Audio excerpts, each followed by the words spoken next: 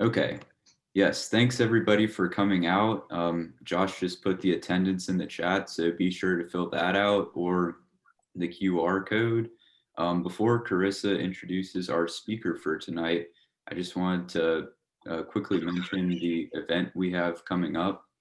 So this is our last meeting during the semester, but over winter break in December, we're going to have our Region 2 Student Conference interest meeting.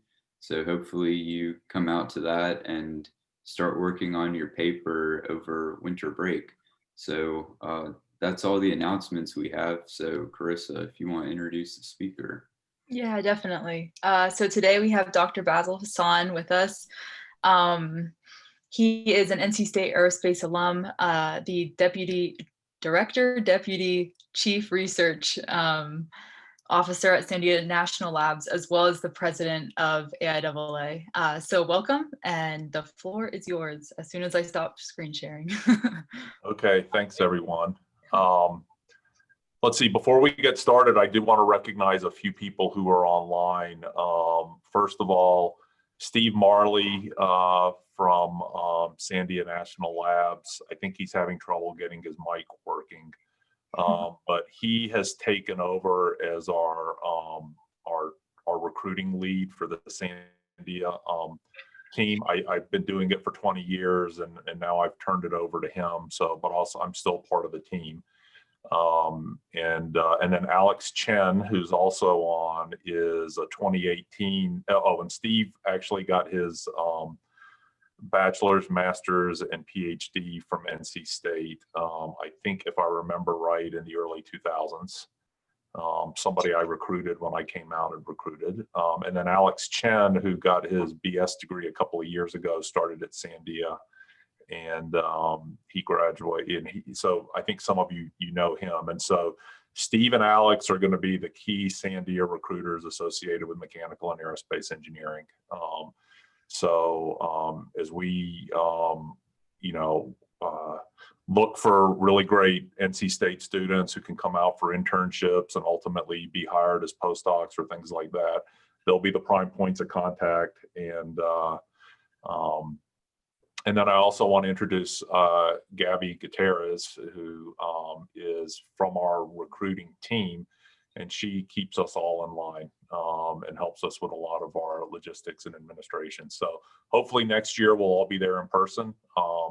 We always enjoy coming out to talk to the student sections, and so I want to thank you for having me. And then the last person who I want to recognize is Lindsay Mitchell, who's from AIAA. She manages the student programs, and it sounds like you all already have a good relationship with her, and so that's great. And so today I want to talk to you. It's going to be a two-part talk. The first part is going to be a little bit about Sandia and some of our programs and some of our aerospace related work. And then we'll transition to a talk on AIAA. I recently took the AIAA president's role back in May, and I'll be president for 2 years. And ensuring that students like yourself sort of understand the value of AIAA as a professional society. We'll talk about some of those things. And so if you look in the Zoom group chat, there is a link for a link for us to have you register on the Sandia Yellow, and we'll remind you again after this talk, but that'll help us understand who was here tonight, and if we have future opportunities to consider you for internships and positions, that'll help with that. Okay, I'm going to go ahead and share my screen with the first presentation, and I'll stop after the first presentation, entertain some questions, and then we'll go on to the next.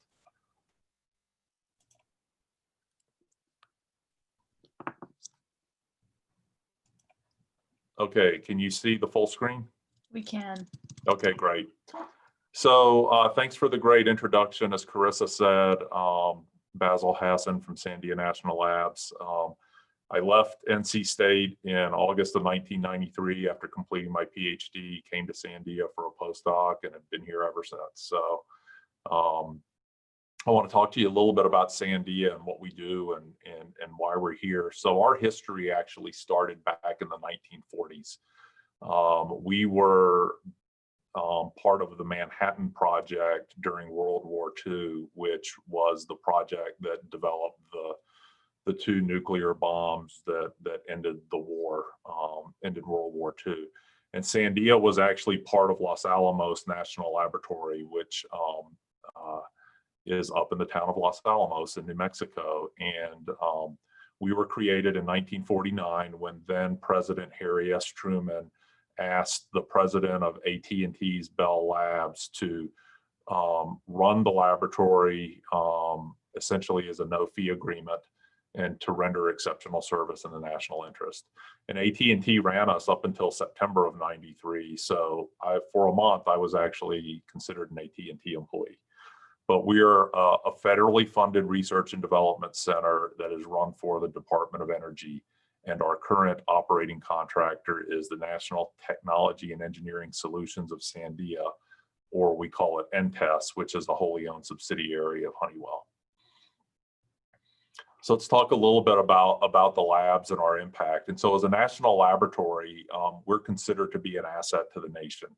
And we're often called upon to respond to high profile national security or world events, including the most recent COVID-19 pandemic.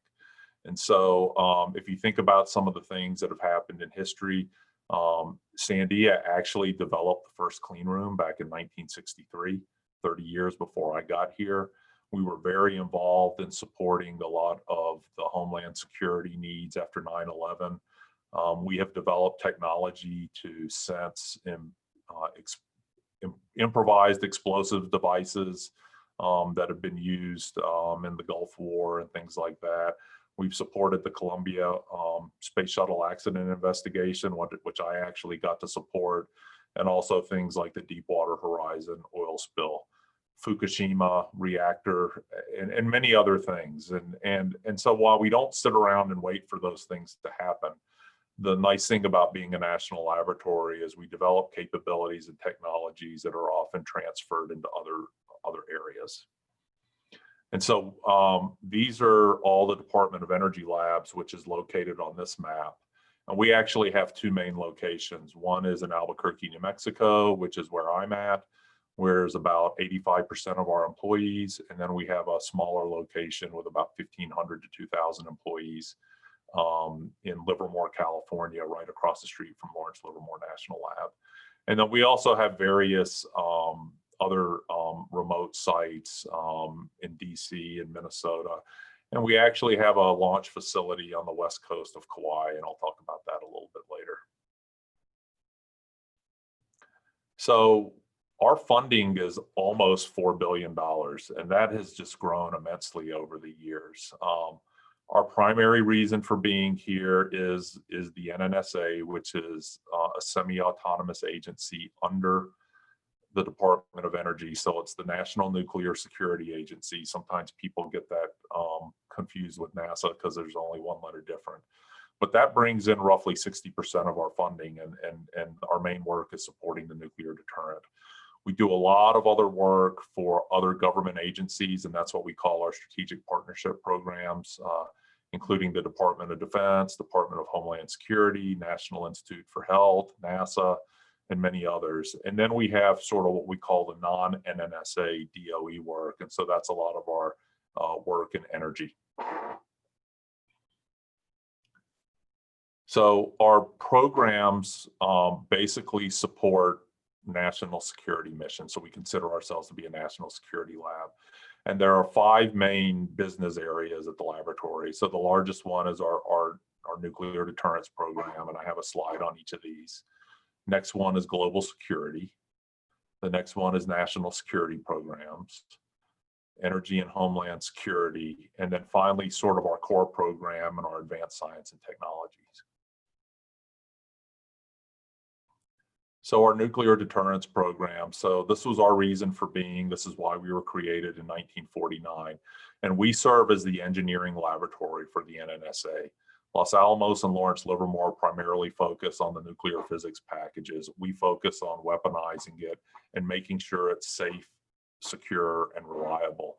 I often equate the nuclear deterrence program to our human spaceflight program. We have to make sure these systems work only when we want them to work, and we don't want them to work when we don't. And failure is not an option in this case, which is similar to the Apollo 13 movie. And that's why we spend a lot of time and effort making sure they're safe, secure, and reliable. Our national security programs are things that we primarily do for the Department of Defense and the intelligence community. And so we develop a lot of capabilities and a lot of technologies and sensors and things like that that were typically born out of our nuclear deterrence program, but also have applications to other areas in the defense. So this is an example of a synthetic aperture radar image that was taken from a satellite of Dodger Stadium. And the interesting thing about these images is if, for example, one of the ground crew came out and mowed something in the grass, we would be able to tell the difference by comparing the two SAR images. So this technology was actually really helpful in helping us find those improvised explosive devices during the Gulf War, because you could see where people walked out into the middle of the road, dug up a hole, and then covered it up because you would compare the two images. Our energy and homeland security program is actually pretty self-explanatory. So we support a lot of work in transportation and energy systems, renewable energies like wind, water, solar, clean nuclear energy. And then we do a lot of work in homeland security and in ensuring a secure infrastructure. So, you know, we're pretty lucky in this country that we rarely have power outages and things like that. We've got a very safe and secure power grid. And that's one of the things we try to do, is make sure that as the country grows and the energy needs grow, that we can make sure it's secure. And finally, the other major mission area is our global security. And one of the things that we've worried about since the end of the Cold War is nuclear non-proliferation and protection of assets. So when the Berlin Wall fell and the Soviet Union fell, we were very, very concerned about all the nuclear capabilities in the Soviet Union sort of being sold to the highest bidder. So we've done a lot of work in detection of if somebody sets off a nuclear explosion. We've got capabilities on satellites and things like that, and seismic sensors. So we'll know if that happens. And then we also work with other countries that have nuclear capabilities to make sure what they have is safe and secure. And then finally, the area where I typically work is in the advanced science and technology area. And so these are sort of the core foundational research areas that we have to maintain as a national laboratory so we can impact all those applications we just talked about. So I live in the engineering sciences area, and this is actually a picture of a simulation of a piece of foam hitting the leading edge of the Columbia space shuttle. And so we were actually heavily involved in that area. But we've got a lot of work going on in computing and information sciences. We've had some of the fastest supercomputers in the world. We have to worry about what we call harsh environments. So understanding how our systems will operate in radiation environments, or high heat fluxes, or situations where we could be in a crash burn scenario. Material science, how these materials age, how they operate in these extreme environments are things that we need to know. And then areas of biosciences, nano and micro devices are relatively new compared to these other core areas. And then finally, geo or earth sciences. So one of the things that we're really fortunate about is being able to steward some of the really key facilities for the nation. So out in California, we have a combustion research facility where we do a lot of work with the US car industry and trying to develop clean burning engines and more fuel efficient engines. We can test full scale systems on our rocket sled track or in our burn facility and things like that. We've got a machine that's focused on trying to develop fusion and pulse power.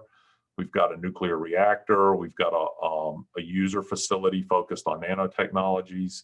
And as I mentioned, we typically have some of the largest supercomputers in the world. We actually have our own microelectronics fab where we can develop some of the most advanced radiation hardened microelectronics, which are not only used in our systems, but can be used in satellite and space applications. So one of the big areas that we're involved in, and Dr. Edwards and I sort of got trained in many, many years ago, is in the area of hypersonics. Hypersonics is back booming. And we do a lot of work in both experimental areas as well as in computational areas. And so, you know, doing hypersonic flight tests are not easy, right? It's not like we're flying hypersonic vehicles every day. So we really need to understand both on the ground and with codes what these hypersonic environments are like. What are the sort of the detailed fluid mechanics issues that you have to deal with, which means understanding aerodynamics. Because these vehicles fly so fast, we have to worry about aerodynamic heating and heat transfer and developing thermal protection systems. They're flying fast enough that we have to worry about the turbulence effects and the fluid mechanics effects of fluid structure interactions, right, and vibrating. And then we'll develop a lot of capabilities, not only codes, but advanced diagnostic techniques, which I'll talk about in a second. So this is an example, a generic example of a reentry vehicle. This is just a nose tip of a reentry vehicle, and you will see the nose tip ablate as it is simulating being flown through the atmosphere. So you can see the bow shock in front of the vehicle, which you'll all learn about in your compressible flow classes. And this is something I actually got to work on almost 20 years ago, but when I went into management, a lot of the staff members have taken what I did and exceeded the capability. So hopefully this movie will play. But you can actually see the shock shape moving as altitude changes, and you can see that the vehicle will start to change shape as it ablates due to the high temperatures and the high heat flux. And you know, we really need to understand shape change of hypersonic vehicles, because as you all know, the shape of your vehicle will determine the aerodynamics, and that helps us develop flight control systems and understand how the vehicles will fly in varying altitudes in the atmosphere. And so this is work that we sometimes often do collaboratively with NASA, because they're also interested from a civilian standpoint. We get to do a lot of flight testing. And so one of the things I got to work on several years ago was the development of a maneuvering hypersonic reentry vehicle. And we actually at Sandia conceived of the shape, did all the design and manufacturing or manufacturing of the vehicle. And we actually flew it out in Kauai to a location out in the Pacific. And while I can't go into many of the details of the performance of it, this is actually a light streak of it hitting the target. But one of the things that we did, which was kind of innovative, is that you'll see these things on the back of the vehicle, and those are grid fins. Grid fins are all often used in gravity bombs to help control the aerodynamics and the impact. We actually used these because this was a former Navy sub-missile, which they typically fly very, very high and then come back in. We actually modified this particular rocket to turn over very quickly and fly horizontally in the atmosphere where the dynamic pressure is high. And we wanted to make sure it stayed stable, because we wanted to give this hypersonic vehicle as much horizontal velocity as possible.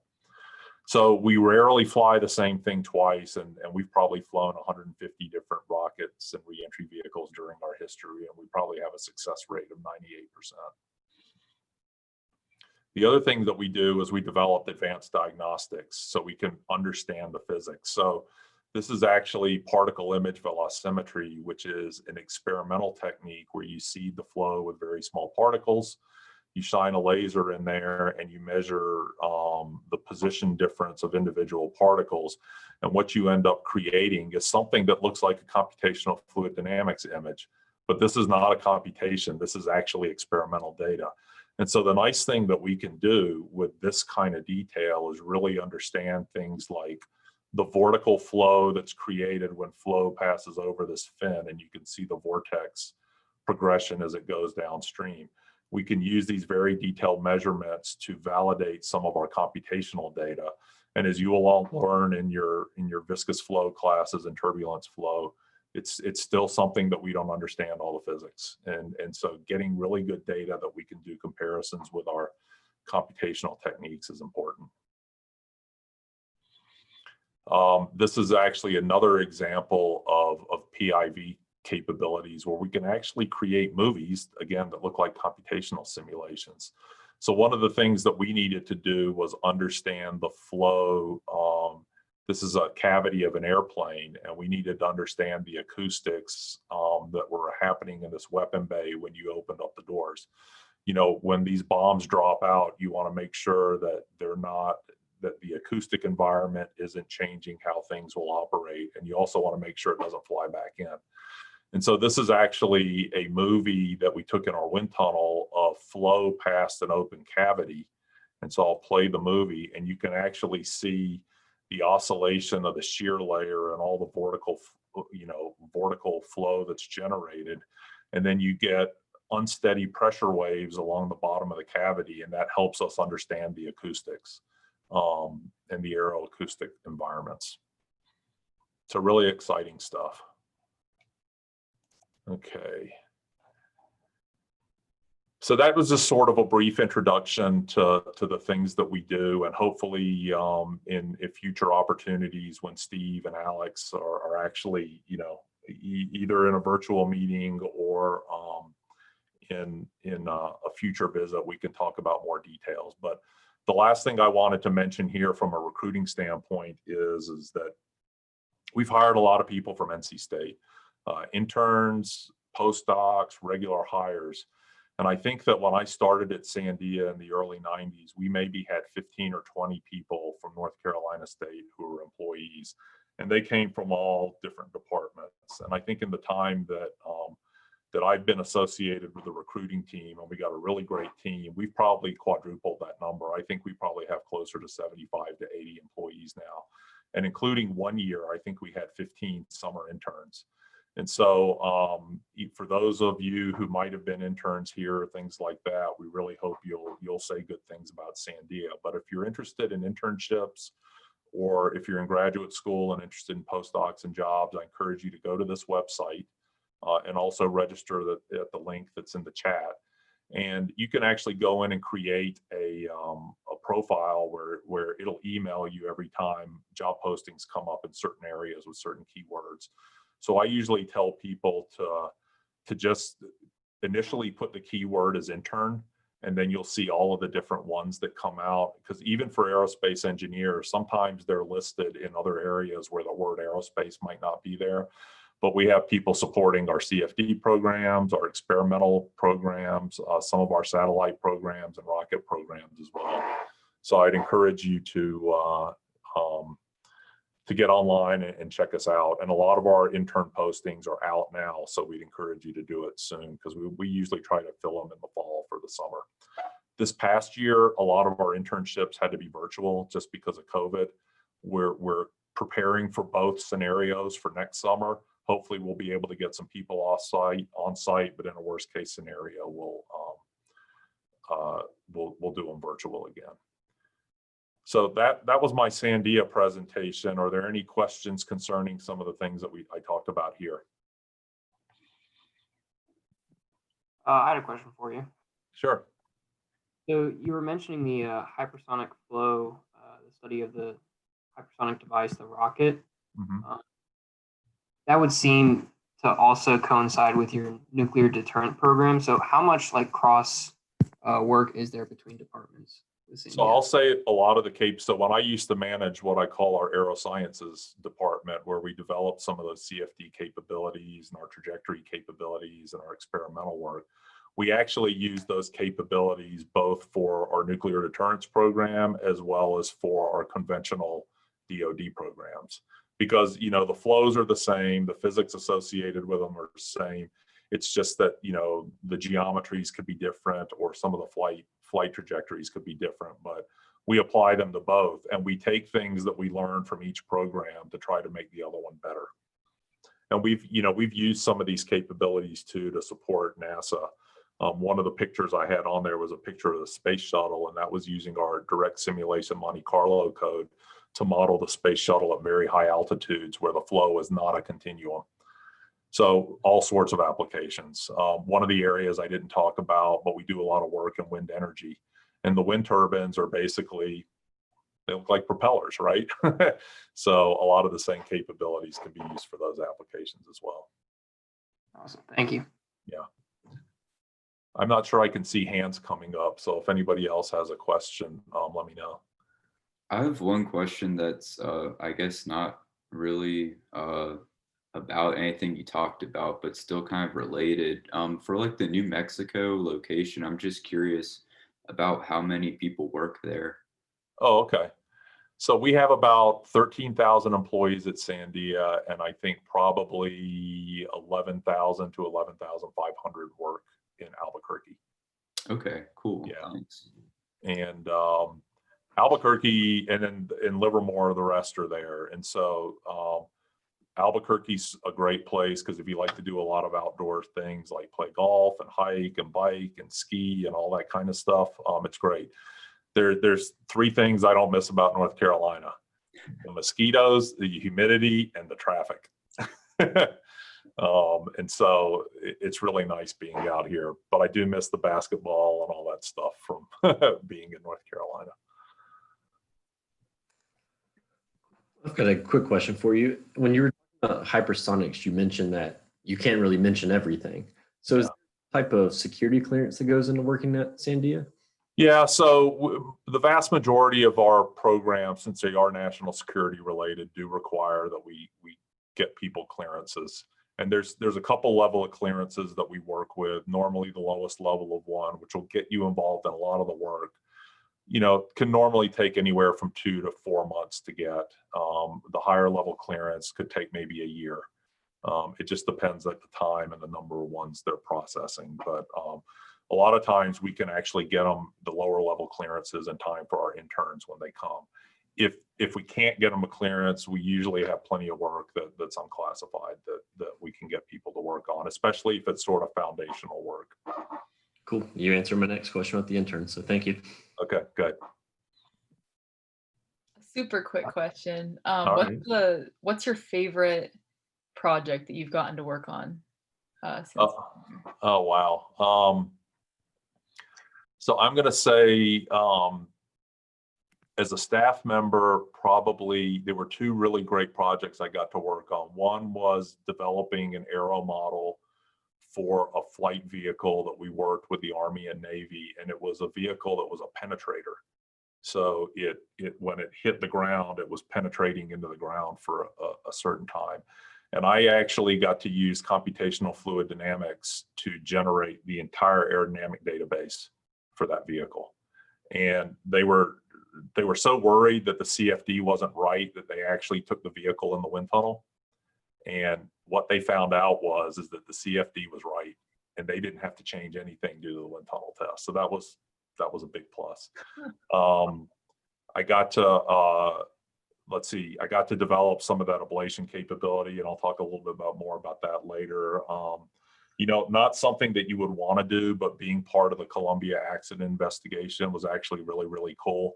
And I think one of the coolest things that I'll take from that you all should be proud of is I remember being on phone calls with people from all around the country trying to support that effort. And it was amazing the number of people who had NC State degrees that were on that phone call from various places within the NASA labs, the DOE labs, and things like that. So when you get a degree at NC State, you get out there and you get to work on important stuff. So that's awesome. Yeah. But lots of really, really great things. And I'll talk about some of those in my next presentation too. So I had a quick follow-up question off of that. Sure. You said that you worked with the Army and I want to say it was Navy on that penetrator. Yeah. Does Sandia sort of compete for some of the work that they do with other companies, or does the Department of Energy? Yeah, so we actually do not compete with industry, but our role is more of we can serve as part of the government teams, or government sponsors may come to us to develop or prove out certain technology, and then we'll transfer that technology to industry if the government wants us to. So we get to do a lot of the cool prototyping and Pathfinder work, but we don't build hundreds or thousands or tens of thousands of airplanes or things like that. That's industry's job. That's what they're good at. We're good at just working the hard problems. Awesome. Thank you. Okay, we'll have opportunities for more questions, but I do want to be respectful of your guys' time, and we'll go into the next presentation. So let me bring that one up.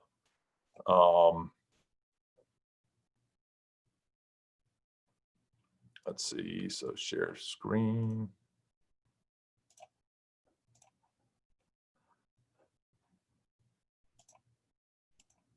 All right, is that presentation coming through?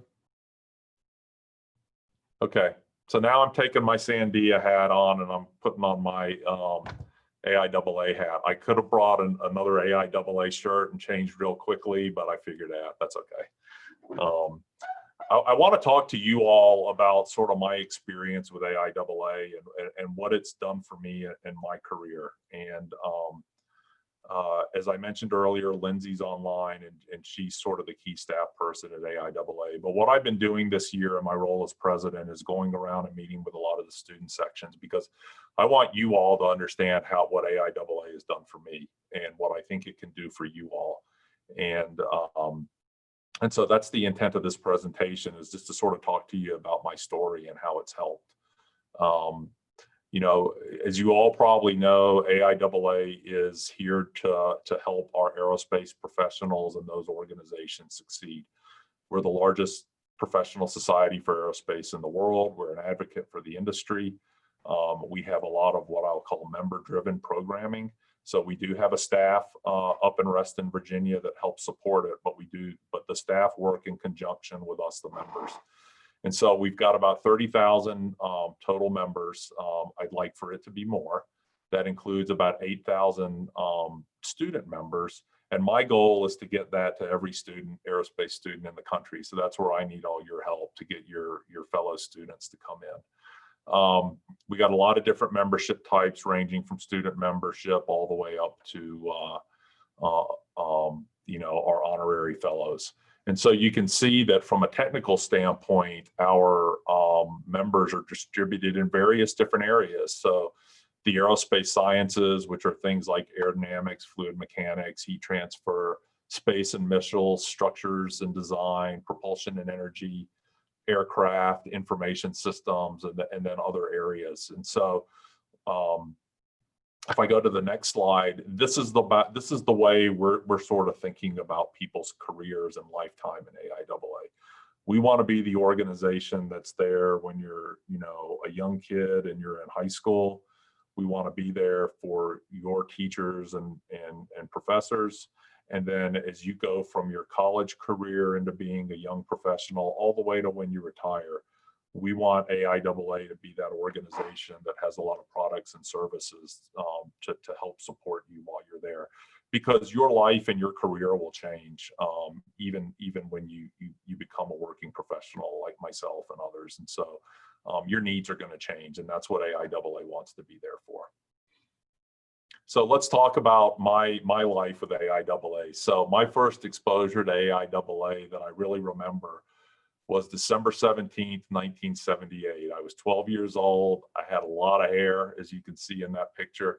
And I got to go to the 75th anniversary of the Wright brothers' first flight down in Kitty Hawk. Luckily, you all are pretty close and you can go visit that. And they tried to reenact the first flight, but they didn't have any luck that day. And I later found out that the Wright Flyer, which is pictured down here, is actually unstable aerodynamically. And people have actually done research to figure out how you would modify it to make it more stable.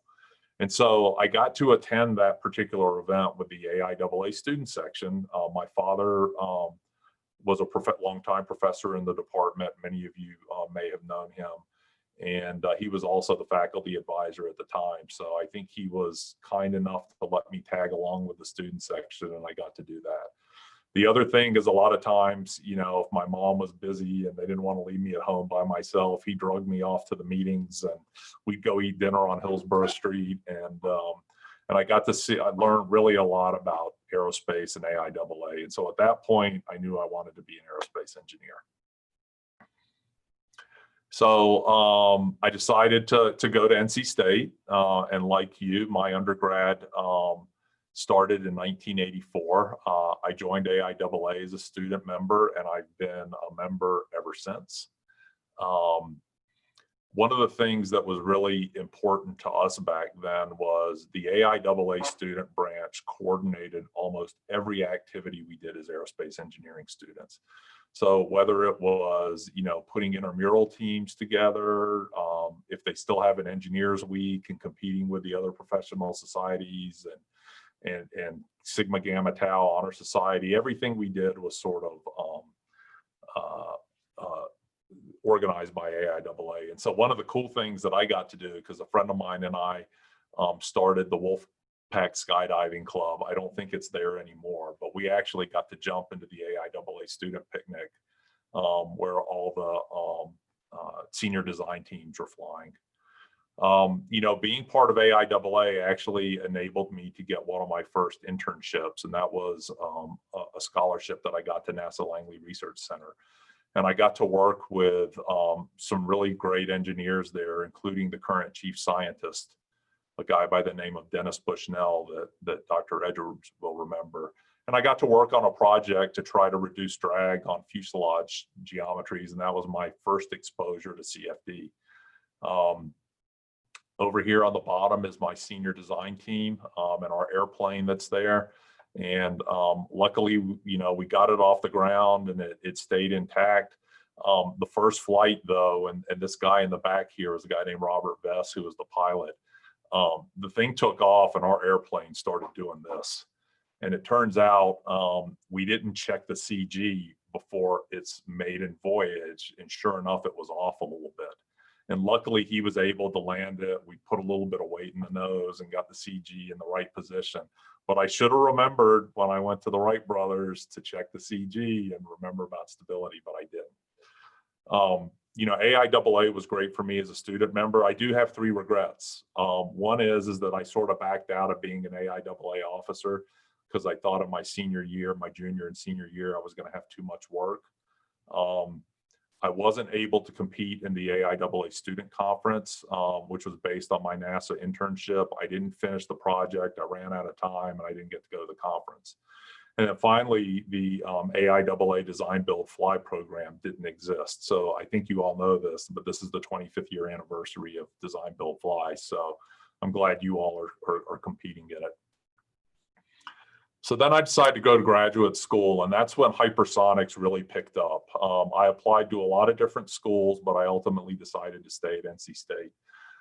This picture at the top left is something that's called the National Aerospace Plane. And so when Ronald Reagan was president, this program was kicked off, and the goal was to take off and land and fly between Washington, D.C. and Tokyo in 2 hours. And everybody jumped on the hypersonics bandwagon back then. And for people like me and Dr. Edwards and others, this helped us get our graduate degrees.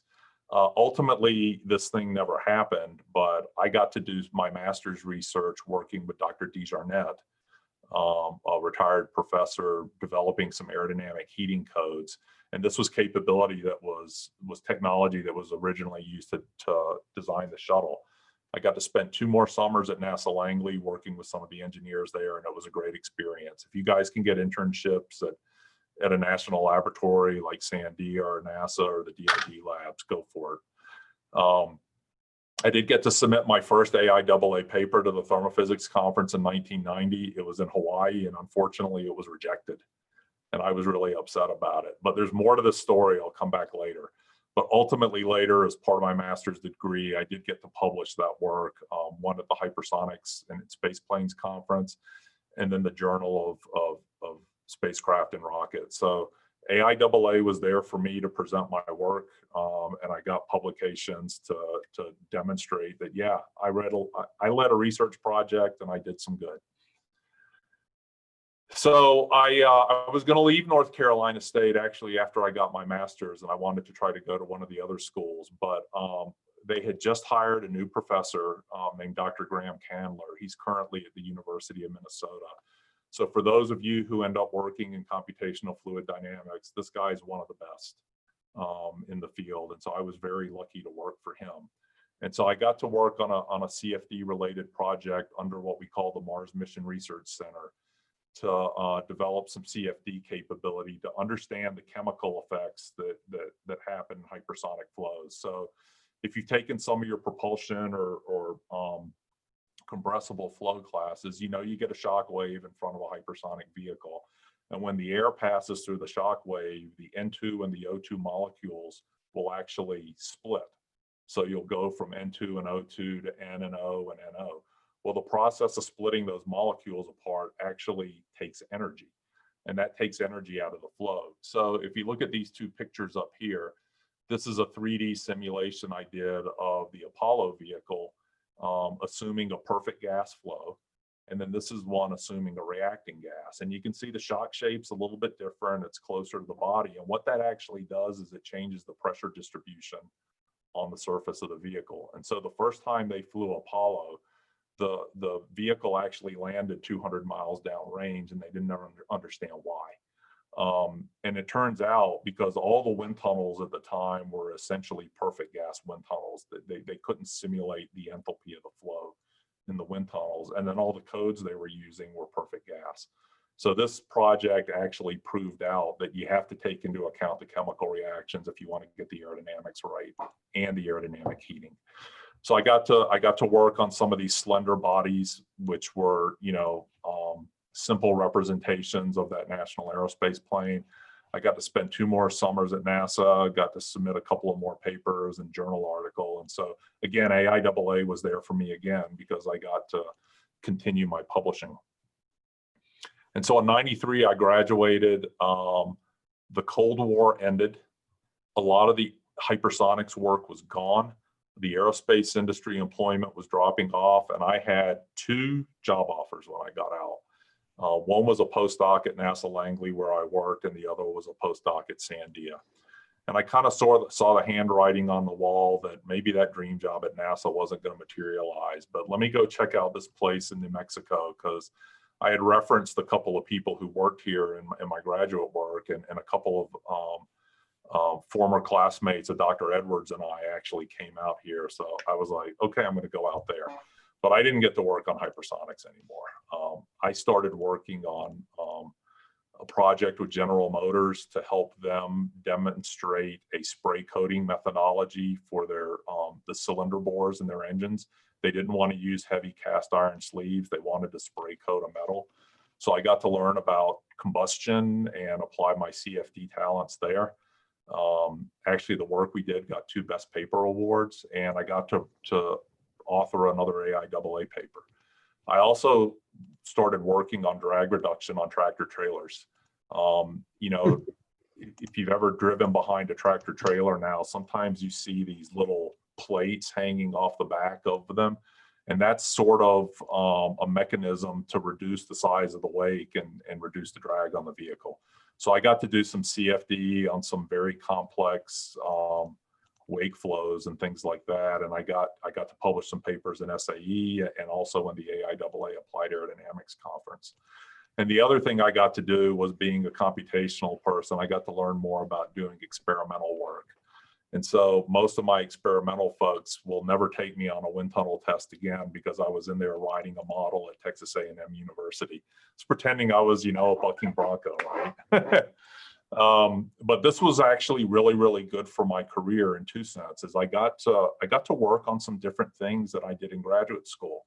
But the key thing is that I took the fundamentals of what I learned in my classes at NC State, and I was able to apply them to other areas.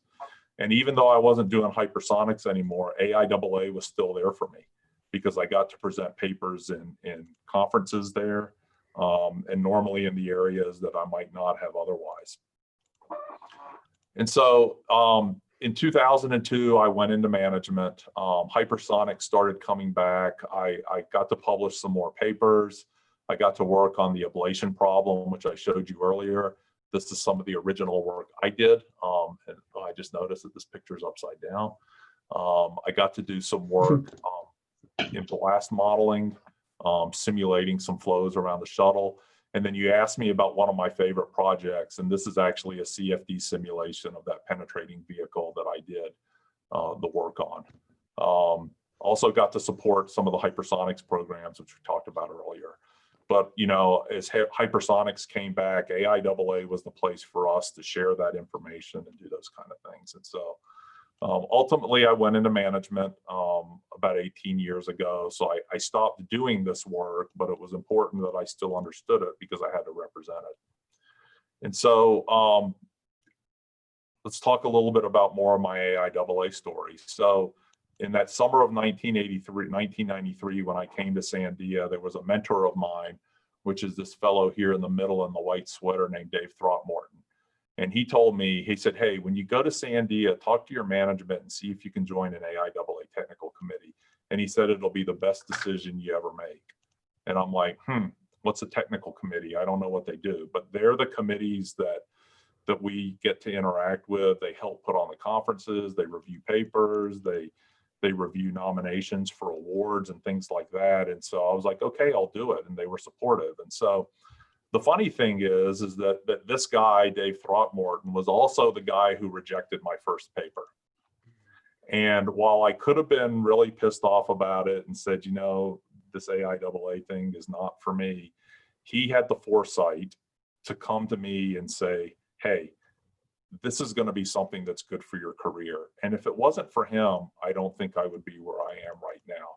He really looked out for me, and I really appreciate him. And he's one of my best friends right now. And we've worked together through AIAA a long time. So there's a lot of things listed here, but I got to join a technical committee, ultimately chaired it. I got to be associate editor for one of the AIAA journals. I was a section officer for the Albuquerque section, was in elected positions in the society. I actually got to be a judge for the Region 4 Student Conference a couple of years ago and a couple of years before. So I finally made it to the student conference. Even though I didn't go as a student, I got to help out in our local section. And then last year I got to be elected president. And I can tell you, back in the summer of 1993, I would not have foreseen any of this stuff happening. But the really great thing about AIAA is, and it has helped me at work, is it's taught me how to be a better leader, because leading people who are volunteers is infinitely harder than leading people who work for you and you pay their salaries. And so as you all, you know, get on your design, build, fly teams, or the high powered rocketry team, or your senior designs, you're going to be put in leadership positions where you're going to have to work with people and you're going to have to deal with difficult situations. And AIAA really helped me hone a lot of those skills. But probably the biggest reason for AIAA is the networking and all the people you will meet. And there's a lot of people here in different pictures of people I've met and worked with over the years. On the top left is actually a picture of my dad and I when I became an AIAA fellow. I think he and I are there's 3 sets of families who are both fellows. One of them is actually son, father, grandfather. And so that was really important. And so who are some of the people that I got to meet? Well, this is Mike Griffin, who used to be the head of NASA and was recently a deputy undersecretary for the Department of Defense. This young lady is Katia Casper, who's a former AIAA and NCSU aerospace engineering student. She was a valedictorian, had a 4.0 average. She was really smart, and I was able to get her out at Sandia. And this is me with her when she recently just won the AIAA Sperry Award for Young Professionals. Really great person. This is that guy, Dave, again. This is Buzz Aldrin, who was on Apollo 11, second man to step on the moon. This is my fellow class here, and this lady in the white jacket is Gwen Shotwell, who's the president of SpaceX. And then many other people that I've gotten to meet over the years.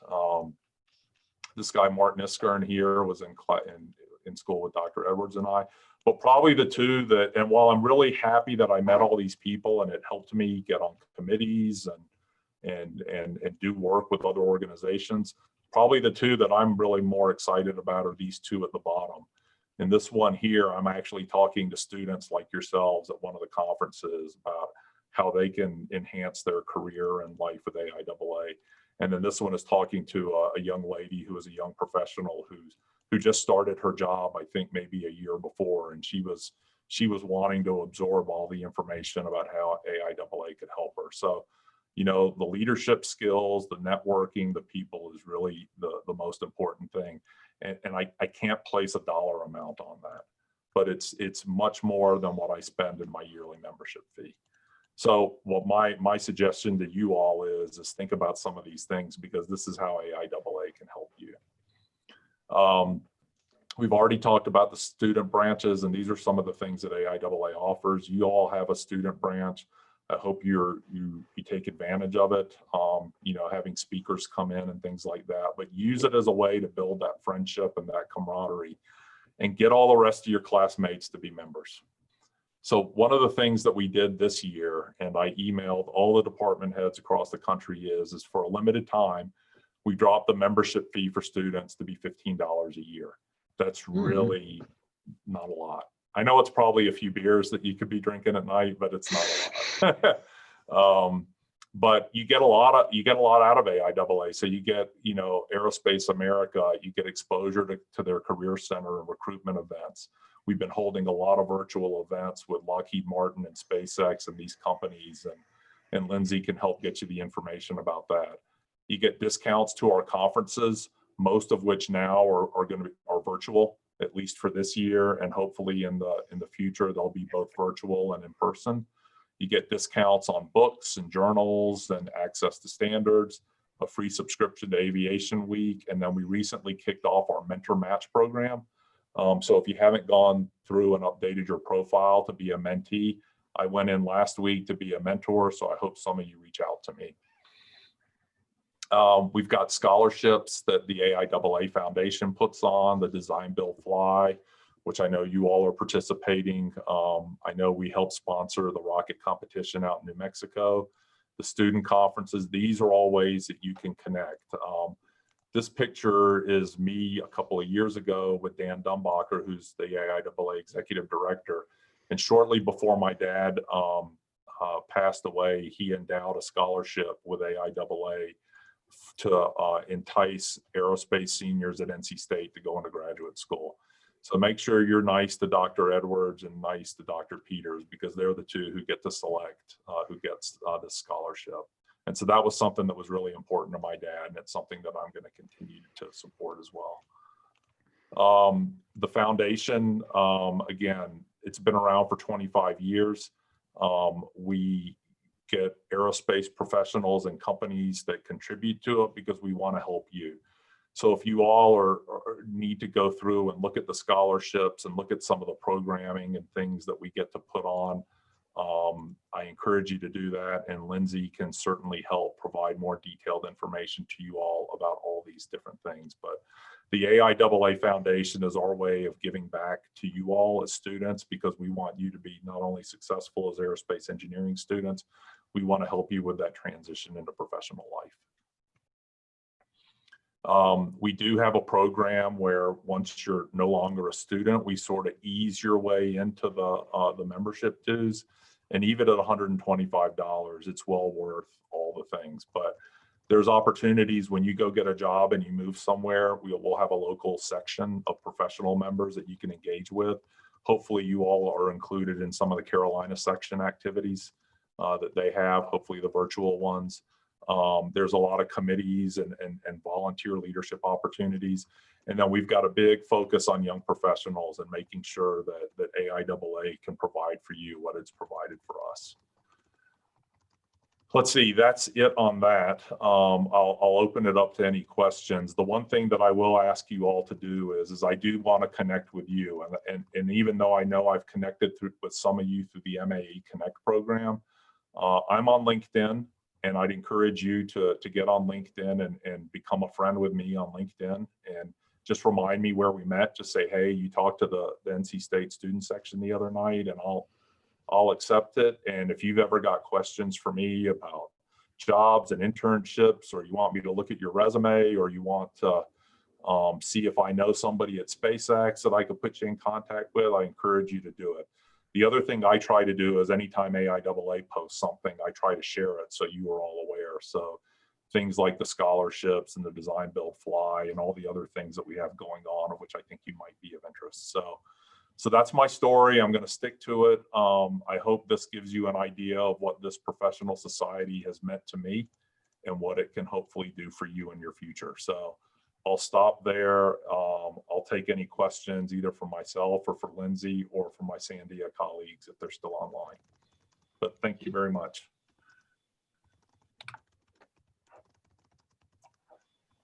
So I have a quick question. Okay. Do you have any advice for somebody who is going into their professional career where there's not a like super local AIAA section?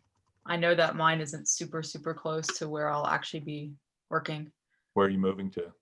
Well, I'm moving to Fredericksburg, but I'll be working in Dahlgren, Virginia. Okay. So it's near the DC one. Yeah. I'm actually part of the Hampton Road section right now. Yeah. But yeah.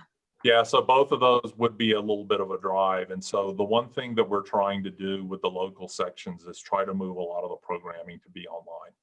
Okay. So when we get speakers, distinguished lecturers and things like that, you know, it used to be that you had to go to the meeting and you missed it. Well, now we're doing everything with Zoom and all those kind of things. The other thing is that there's, you know, mentoring programs that each of the sections will have, or they'll try to reach out to you as well. But I would encourage you, we're always looking for volunteers at the local section to help. And a lot of times they'll do, you know, they might do local conferences. I recently attended a young professionals conference a couple of weeks ago that I think Lindsay helped me, was it the Baltimore section, Mid-Atlantic section held? Yeah, and so they'll do things where they'll reach out, you know, they help sponsor like design competitions at high schools and things like that. So there'll be a lot of ways for you to participate, even if you have to drive a little bit. But I know that there's probably a lot of AIAA section members in Dahlgren, and I'm sure that they'll try to do things locally together. Sounds good. Thank you. Yeah. Reach out and don't be shy about reaching out to the section chairs. And if you're having trouble, we'll help. Sounds good. I can also answer any questions about internships or summer experiences. And we've also got an AIAA NC State alum, Andre Gauss, who also interned. Hello. And he's online right now. Hey, Andre, how are you? Good. Good to see you. Yeah.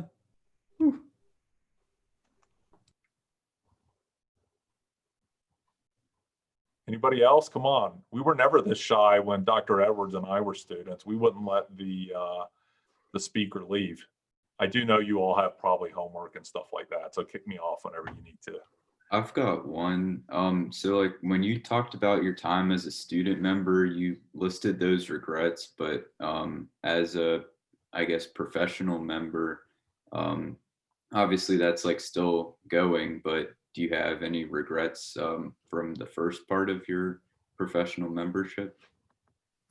You know, I'm really glad that Dave Throckmorton suggested that I join a technical committee, and I will say that I was very fortunate that my manager at the time actually supported me to participate. So, you know, I had to write papers to go to the conferences and things like that, but I got to see a lot of different work there. And so I would say I didn't have any regrets, and learning from that, I made sure that when I became a manager, that I gave those same opportunities to my staff members, because a lot of times you might even go to places where they might say, well, we can't afford to do this, or we want to send our more senior people there. And the message that we're trying to get out to the companies and organizations is that, look, this is your future.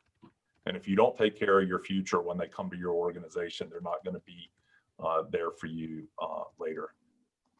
So I see that Lindsay's got a sign off. Thanks for joining, Lindsay, and then you all can get in touch with her if you need to. But I would say that I took those regrets from when I was a student, and I made sure not to repeat it. Well, And I'm trying to do the same for you all and those others that I work with. So this is part of my way of giving back.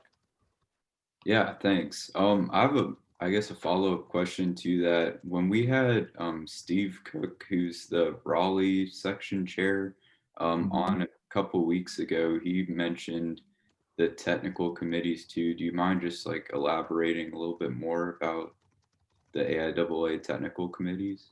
Yeah, so I think we have something like 70 different technical committees, and they're in a variety of topics. And if you think about all your classes, there's probably a technical committee for every one. You know, guidance, navigation, and control, fluid dynamics, thermophysics, applied aerodynamics, combustion and propellants, solid mechanics, structural dynamics. And so each of those technical committees, probably one of the key things that they do is they help put on the conferences that we put on together. And so, you know, you have to do a little bit of work. You have to review papers. You might be a session chair, but that's actually where you get to meet all the people. That's where you go and you get to share your ideas with other people who are working in the profession. And a lot of my best friends were made through those connections. I mean, we have worked together, and countless people that I've met that way, but they're really the ones from the volunteer member standpoint that really put together a lot of the programming that AIAA does. We count on our staff up in DC to handle the logistics. They handle the hotels and the AV equipment and all that kind of stuff. But the technical committees are really the ones that are fostering that exchange of technical information. That's great, thanks. Yeah.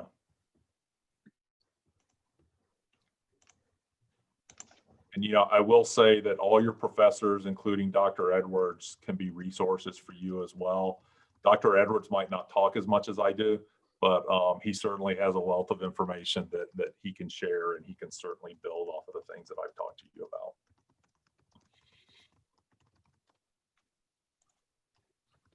Anything else?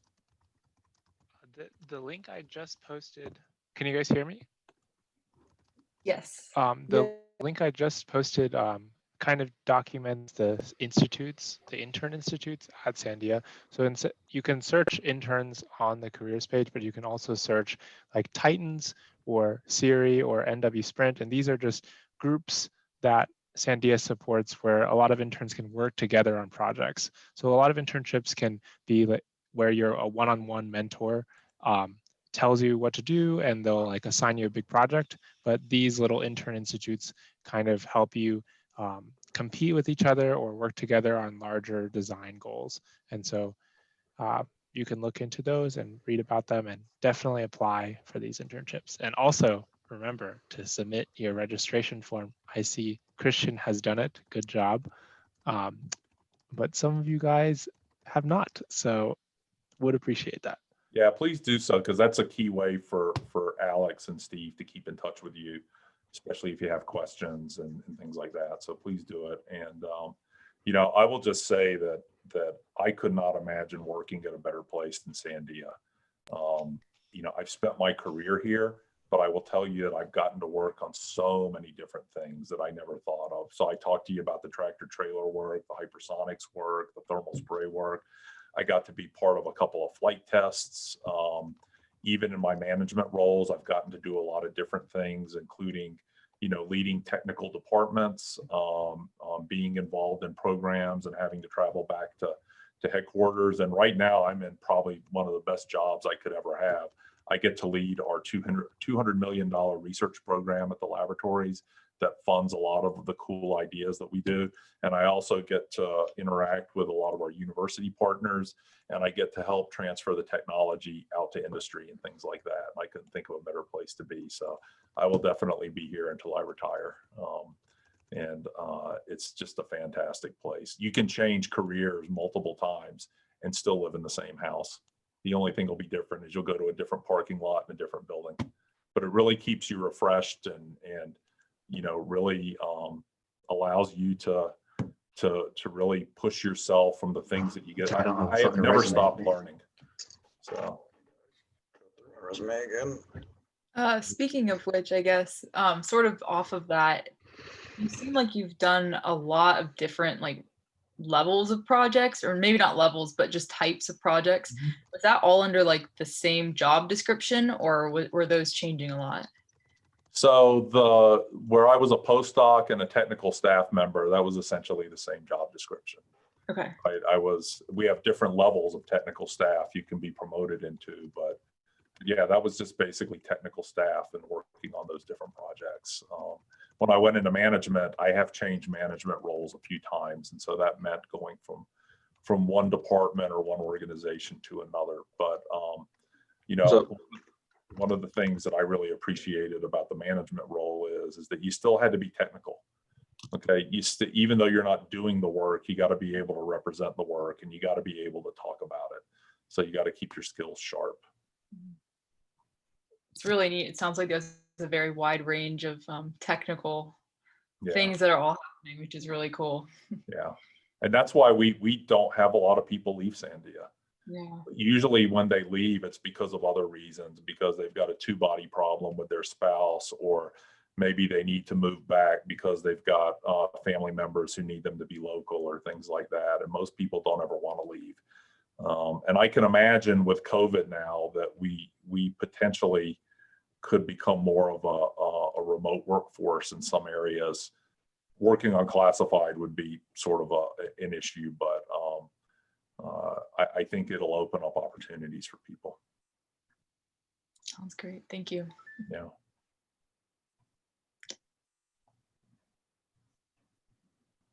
Well, I guess if we don't have any other questions, let's all thank Dr. Hassan.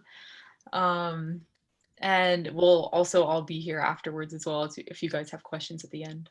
Okay, so thank you again for having me. I always enjoy coming to talk to you all. It's the highlight of my year. I hope we get to do it in person next time. My mom still lives in Raleigh, so I try to come back and visit her as much as I can and come to campus. I actually was there over Labor Day and I got to meet with the dean and Dr. Ecad. And so, you know, one of the things that I'll just end with is that your experience as undergraduates and graduates is very important to me. I felt very fortunate to be able to go to NC State and be part of MAE. And so you getting those hands-on experiences with design, build, fly, and with the high-powered rocketry program, those are things that I want to invest in you all. Okay, and so hopefully I can come out at some point when you're flying or building up. We'll see what COVID does, but you guys mean a lot to me, and so I'll be here for you in whatever way you need me. Thank you. So don't forget, you got a few links to click on. Couple for Sandia. If you don't, Alex and Steve will hunt you down. And then the other one is if you want to link up with me on LinkedIn, I'd be happy to do that as well. So I think I'm the only Basil Hassan from Sandia. My picture looks a little different. I try to use pictures that don't have so much gray hair, but hopefully you'll recognize me.